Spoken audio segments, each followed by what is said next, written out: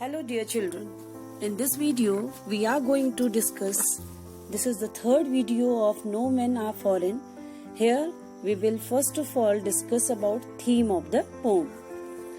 The theme of the poem No Men Are Foreign is the oneness of mankind underneath the specific differences of color, race, rationality and faith. It preoccupies us that all human beings are brothers and sisters. Those who spread hatred and wage war are criminals and deserve to be condemned. The poem also deals with the supremacy of love, accord, friendship and amity among all the people in this world. Everyone is alike. Maybe there seems to be some differences between them. Now we will talk about the title, the justification of title. No Men Are Foreign is an appropriate title for the poem because it deals with the theme of universal brotherhood. Human beings all over the world have identical behavior, and the differences based on the man-made concepts of caste, creed, barriers, etc. are unnatural. Every human being responds positively to love. Hence, no human being is a foreigner or an outsider. Everyone is similar. No one is outsider.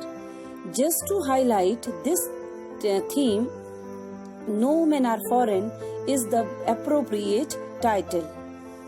The title itself is telling the important message which is behind the poem. Now we will talk about the message of this poem.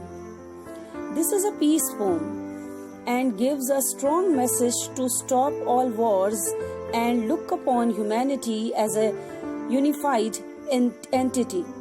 The poet warns the rulers of all the countries that when they wage wars, they not only injure the interests of those whom they hate, but also injure themselves.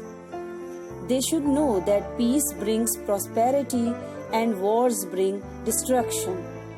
Hence, those who spread hatred and cause wars against their brothers and sisters in different parts of the world actually harm the cause of peaceful mutual coexistence.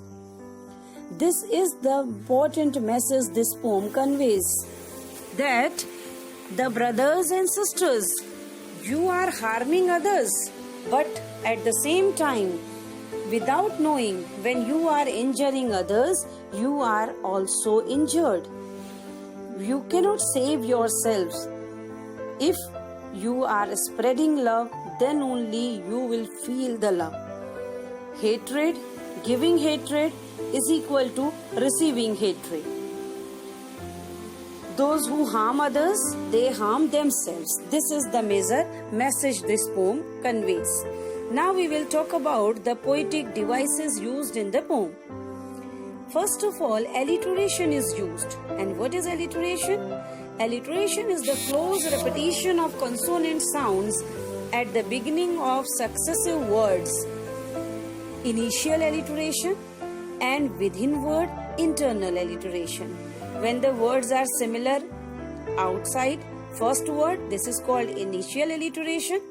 Examples are a single body breathes. Body breathes. B word is repeated at the beginning each word. Then sleep and strength. S sound is repeated. So both the examples of alliteration. Now the next figure of speech used in this poem is metaphor. Metaphor is a figure of speech in which a word or phrase which is not linked directly is used to describe an object or action through comparison. Meaning, in metaphor, comparison is being done, but comparative words are not used. So you can say implied comparison is metaphor. Now we will see some examples in the poem which are showing metaphor. Beneath all uniforms a single body breathes. Uniforms here basically stand by militaries that different countries is in the world have. These uniforms may be different in color, design, shape and culture, but people donning them are the same anywhere in the world. So here uniform word is used for the soldiers but implied simply. War-long winter starved. Here the starvation experienced during unproductive and harsh winter describes the want and hunger faced during wartime. Both these conditions led to ultimate destruction. So here again, war is not directly compared with winter season, but indirectly war similarity is presented between war and winter season. In both the cases, destruction is possible. That is why metaphor or implied simile. Now, poet often repeats in this poem. Repetition example is also there many. Poet often repeats single words or phrases, lines and sometimes even whole stanzas at intervals to create a musical effect, to emphasize a point, to draw the reader's attention or to lead unity to a piece. In No Men Are Foreign, James Carew repeats the word remember 5 times in the poem to emphasize the serious message the poem has to convey. Similarly, the last line of the last stanza, remember no men are foreign and no country is strange, though reversed, is the same as the first line of the first stanza. Remember, no men are strange, no country is foreign. This repetition emphasizes the core message of oneness of mankind. When we talk about the rhyme scheme of this poem is written in free verse. Already it is told to you. Free verse means where there is no pattern of rhyme, no rhyme scheme. Dear children, as metaphor is very important poetic device, I just want to explain it once again. Metaphor is a figure of speech where comparison is made between two different things or ideas. In this poem, the poet uses the device of metaphor in the third line as he compares his fellow human beings with his own brothers. He again uses it in the sixth line where he compares war with winter, since reduced resources are available at both these sides. He uses it for the last time in the 18th line. Now transpurtipith.